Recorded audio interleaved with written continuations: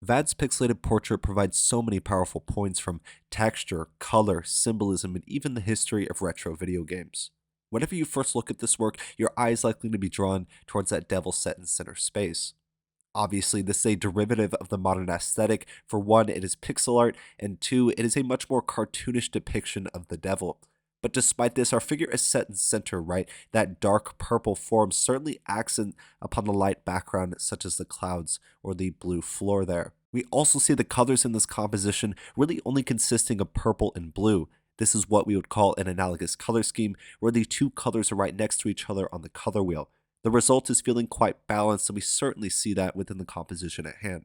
You may also mention a sense of texture when viewing this work. We see this most evidently due to the pixelated nature of the piece at hand, right? This gives a sense of energy within the composition as your eye just kind of scans around and sees so much small pieces existing as part of a greater whole. With this in mind, I gotta ask you, what do you see when you view this work, or what comes to mind when you're looking at this pixelated piece?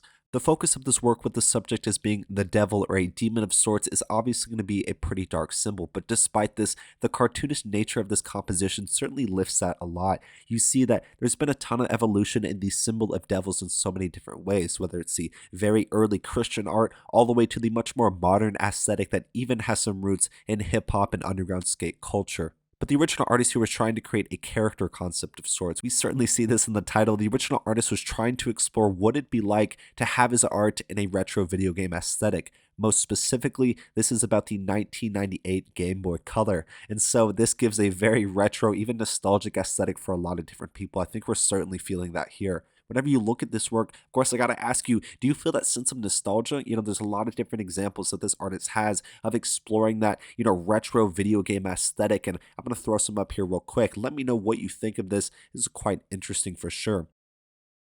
Obviously, this work as a character concept makes it a sense of exploration, if you will. He's exploring what these different aesthetics may have been and even reviving an older aesthetic as well, that being the retro video game art and look. At the end of the day, once again, got to ask you guys, what do y'all see when you're looking at this piece, or what comes to mind when you're looking at this work? This work is quite pixelated, there's no doubt about that. That is a definitive detail of this display, but the base medium that is used here is going to be a digital render using the program Blender. Upon that, we do have these additional post edits in Adobe Photoshop that give it this characteristic pixelated effect. And of course, this brings that old style back and revives it in such a good way. Really hope you'll enjoy today. We talked about so many different things from, this kind of underground aesthetic, if you will, this much more cartoonish depiction of the devil or a demon. We also talked about the impact of, texture, color, the figure's placement in space, and we also broke down those retro video game aesthetics and how this original artist is reviving that.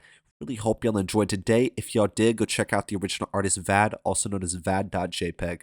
My name's Apollo. This was Apollo Art Analysis, and I'll see y'all on the next episode.